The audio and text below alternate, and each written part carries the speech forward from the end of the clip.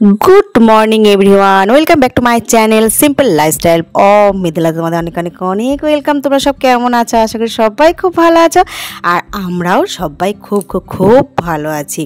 তা আজকে গাঁদা ফুলটা দিয়ে কেন দেখালাম জানো? এটা হচ্ছে আমার যখন নতুন বাড়িতে ফার্স্ট টাইম আমাদের মাটিতে আমি গাঁদা ফুল হয়েছে, মানে বিশ্বাস করবে না, যখন নিজের কোনো জমিতে গাঁদা ফুল বা কোনো ফল হয় সেটা সত্যি খুব আনন্দের লাগে। তা ফার্স্ট টাইম গাঁদা ফুলটা হয়েছে থাবা। আবার দেখো সাদা অপরাজিতা, হ্যাঁ সাদা অপরাজিতা এতটাই হয়েছে যেটা বলার নয়। তবে কি বলো তো, এটা ফুল মানে এতটা ঝাগড়া হয়ে গেছে গাছগুলো, প্রচুর ফুল হয়, কিন্তু অলরেডি আমার শাশুড়ি মার তোলা কমপ্লিট। এখানে অল্পই ফুল আছে এখন, কেননা বুঝতেই পারছো উনি আগেকার মানুষ, উনি অনেক সকালবেলা উঠে যান। সকালে উঠেই আমি যখন ঘুম থেকে উঠি তার আগে ওনার ফুল তোলা কমপ্লিট হয়ে যায়, একদম ফুল টুল তোলা। ওই জন্য আমি পুরো দেখো গাছটা কতটা ঝাঁকড়া।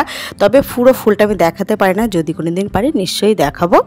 আর এই দেখো অলরেডি মাছ কাটাকে ভেজে রেখেছি, কেন আজকে আমার প্রচুর প্রচুর কাজ আছে। বুঝতেই পারছো পুজোর পরে ঘরদোরের অবস্থা খুব খুব খুব খারাপ। তাহলে চলো ঘরদোরগুলো পরিষ্কার করতে হবে, কেননা পুজোতে মনে করো ঘুরে বেড়ানো, ইধার সিধার অনেক আনন্দ করা। তাহলে চলো। আবার তার মধ্যে দেখো কত বাসন মেজেছি পুজোর। তা পুজোর বাসন কেন মেজেছি, কেন হচ্ছে আমাদের দুর্গা পুজোর সময় সপ্তমী, অষ্টমী, নবমী, দশমী 4 দিন আমাদের লক্ষ্মী পুজো হয়। সেই লক্ষ্মী পুজোর বাসন কী বলতো, যেটুকু লাগে তখন টুকটাক করে মেজে নিই, আর যেটুকু লাগে না আমি একটা জায়গায় জড়ো করে রাখি, যখন সময় পাই আমি মেজে নিই। কেননা তখন কি বলতো বাড়িতে অনেক লোক থাকে তো পুজোর সময়, সেই সময় মাজা হয়ে ওঠে না, তার জন্য ভাবি জমা থাক একটা জায়গায়, পরে মাজবো।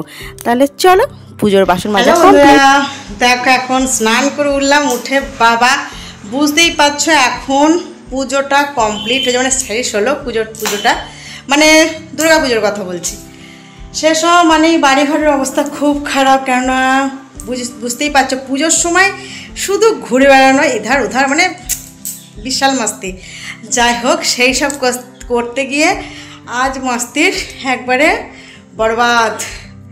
চলো, প্রচণ্ড জামা কাপড় জমেছিল, সেই জামা কাপড় সব কাচলাম, পুজোর বাসন কুসন মাজামুজো করে।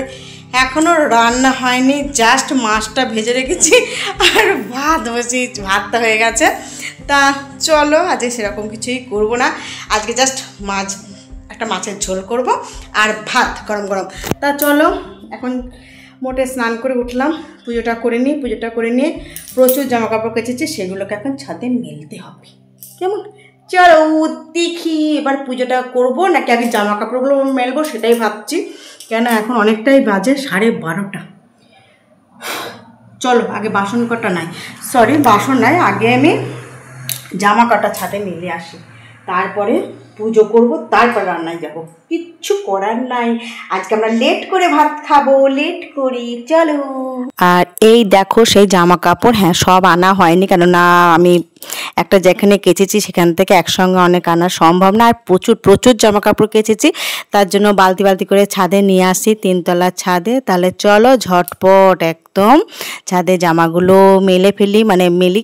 চাদর থেকে জামা থেকে প্রচুর প্রচুর কেচেছি, পুজোয় যেমন মজা করেছি তেমন মজা আমার এখন বেরিয়ে যাচ্ছে, কিন্তু কিছু করার নেই, বছরে একবার মজা তোমায় করতেই হবে। চলো ঠিক আছে। আর এসব জামা কাপড় কাচা তো নিত্যদিনের ব্যাপার, কোনো দিন কম কোনো দিন বেশি, তাই না? কিন্তু দেখো শুধু আমি জামা কাপড়গুলো মেলি, আর দেখো আমাদের ছাদের অবস্থাটা, এত বড় ছাদ, কিন্তু ছাদে কত কত জামা কাপড় দেখলে তোমরা অবাক হয়ে যাবে। এই দেখো শুরু হয়ে গেছে কিন্তু, জানো তো, দেখো প্রতিটা মানে ছাদের নিচটা তো আমি বাদ দিইনি, টোটাল দেখো তার টাঙানো আছে, তার থেকে সব সব সব কেচেছি। তাহলে চলো যেটুকু কাচার মতো, তাই না? কিন্তু হ্যাঁ মানে আমরা সে কদিন মানে পড়েছি আর জড়ো করে রেখেছি পুজোর সময়। আর দেখো খাঁ রোদটা দেখেও ঠিক থাকতে পারলাম না, তার জন্য ভাবলাম চলো একদম ঝপাঝপ সব কেচে পরিষ্কার করে ফেলি। আর তারপরেই এলাম একদম পুজোটা তো অলরেডি কমপ্লিট করে ফেলেছি, সেটা তোমাদেরকে দেখায়নি। তারপরে ভাবলাম না চলো অনেক বেলা হয়ে গেছে, এবার রান্না তো করতেই হবে, সব মানলো পেট তো মানবে না। তা চলো মাছের ঝোলটা দেখো করে নিয়েছি সুন্দর করে লাল লাল করে। আর আমার ধনে পাতা ছিল, পেঁয়াজ ছিল, তার দিয়ে একটা বড়া করে নিয়েছি। হ্যাঁ, বড়া টড়া করার পরে দুপুরবেলা খাওয়ার পরে আমার সন্ধ্যাবেলা একটা বিশাল সারপ্রাইজ। দেখো আমার ছেলে মেয়ে আমার জন্য জন্মদিন পালন করছে, ওর বাবা বলছে আসতে বল হ্যাপি বার্থডে বলছে। মানে সত্যি একটা সুন্দর ব্যাপার, ছোটোর মধ্যে হলেও খুব আনন্দ। আর সব থেকে আমার মোমবাতিটা দেখো, আমার ছেলে মেয়ে মোমবাতি আনতে ভুলে গেছে।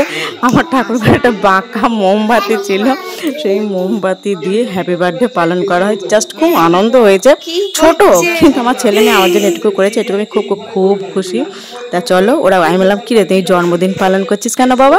বলছে কেকটা খেতে হবে না, ওই জন্য জন্মদিন পালন করছি। যাই হোক চলো আজকের মতো খুব খুব হ্যাপি, তোমরাও ভালো থাকো, আমরাও খুব খুব ভালো থাকি। চলো আবার নতুন কিছু নিয়ে তোমাদের সাথে দেখা হচ্ছে, আবার কথা হচ্ছে, আর অনেক অনেক অনেক গল্প হচ্ছে। তাহলে ততক্ষণ টাটা, গুড নাইট।